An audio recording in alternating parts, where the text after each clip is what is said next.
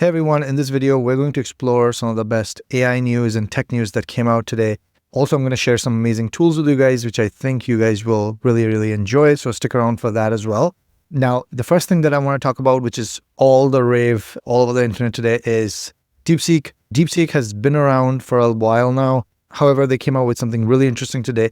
Now, for some of you who do not know what Deepseek is, essentially, it's an open source model, which is comparable to O1 or Claude Sonnet, if not better. And why it's big, it's because this is one of the models that has decided to go open source, which is what OpenAI was set out to be anyway. So, which is really interesting, and it's big for the open source community. So I just wanted to quickly show you what you can do with it. So obviously it's like any other model. You can chat with this just like anything else. But what I wanted to show you is they released their R1 model, which is as good as the O1 model from OpenAI. This does all the reasoning, doesn't really cost you anything to use it in this normal form, which you can just pretty much go sign up for an account and then start using. You can also get the app from here. Now, back to this.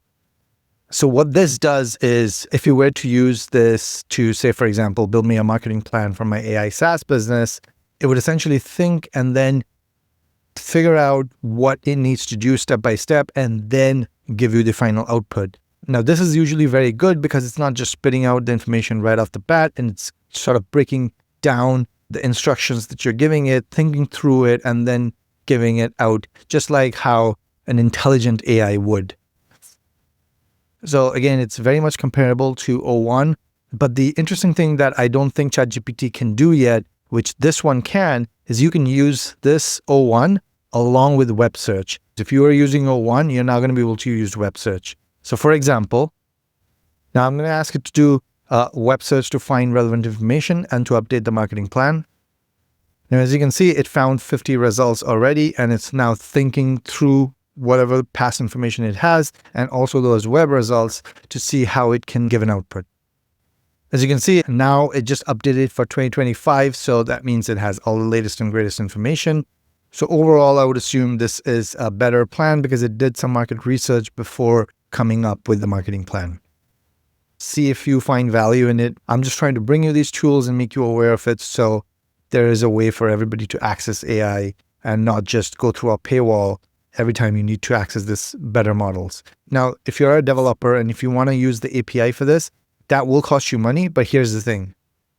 The API is actually significantly cheaper than the O1 model. As you can see here, the O1 model takes $15 for 1 million input tokens. Compared to that, Deepseek only costs 14 cents to do the same thing. Like, this is 90+% cheaper than the O1 model. If you're a developer, you should be taking advantage of this.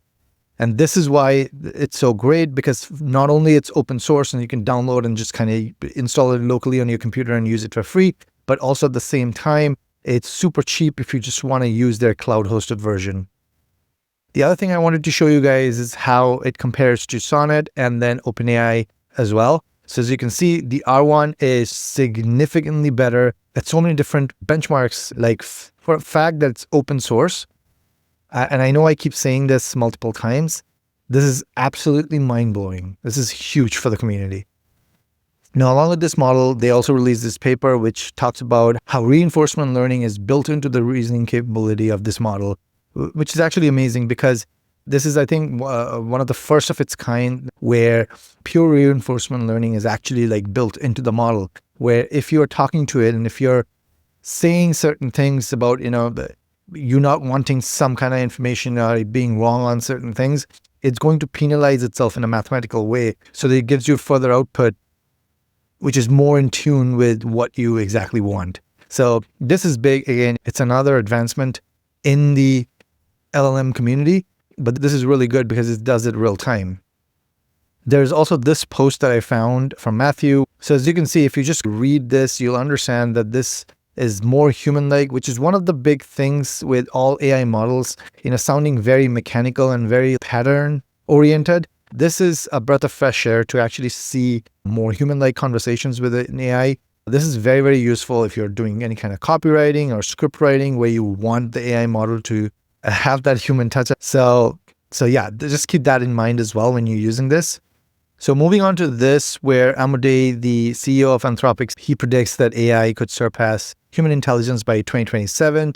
He essentially talks about, Claude having memory and, the better models are going to come out, and that compute is sort of like a block at this point of time. So essentially, when those problems are solved, which he predicts to be 2027, just 2 years from now, that the AI is going to be more intelligent than humans. So we'll see about that, but just food for thought.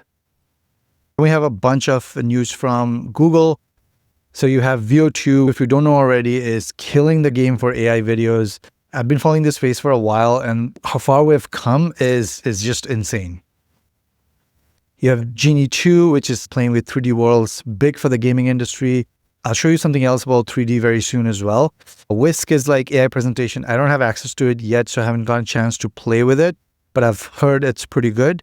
Some other ones are like Project Astra, Android XR, which is like another comeback for like Google Glasses, which they tried a few years back. But this time it's like way more intelligent because with the AI that we have available right now.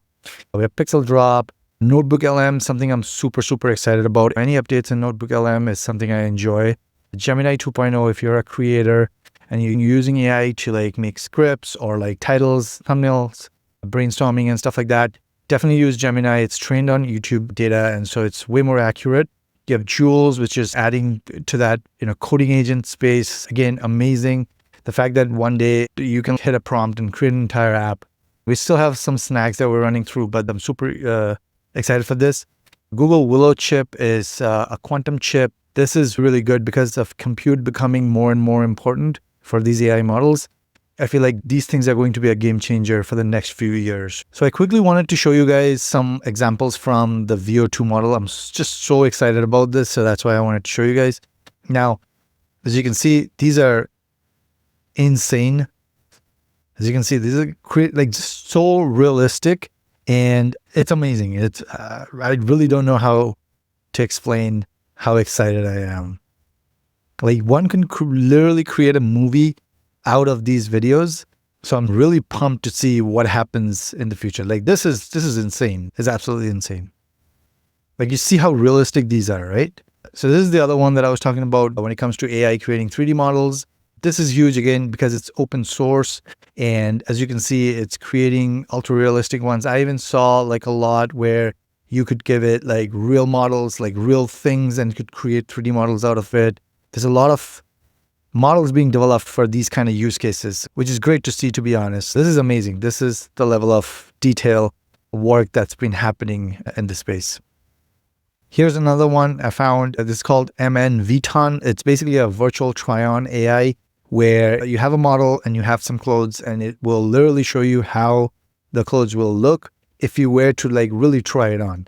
Super excited for these kind of things because as you can tell, like, these are like real use cases of AI, which you can see in the future. So imagine in the future, like you will have clothes that you can try on almost immediately and like have an idea about the fit and stuff like that. Obviously, it'll take some time, but we should see some early adopters of these very soon. Okay, so now I just wanted to share some really cool tools with you guys.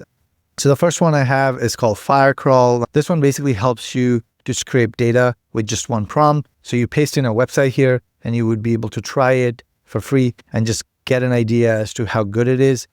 Now, if you're a developer looking for web scraping, or you're just somebody who wants to try it out, I think this is a really, really good one. You already have about 22,000 stars on GitHub, so you can see how popular it is in the dev community.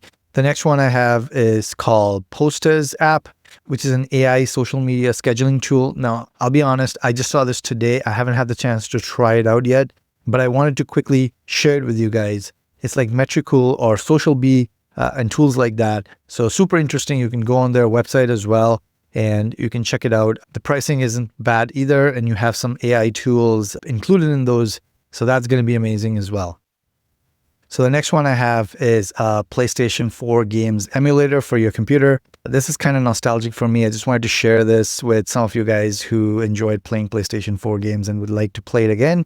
Super interesting. You can go on their website and learn more things about that. This one that I have here is called Voice Pro Ultimate AI Voice Conversion and Multilingual Translation Tool. Essentially, you have to be a dev to use this, but just really like how these open source frameworks are coming out for the community. Really pumped. So yeah, just putting it out there for you guys to try out.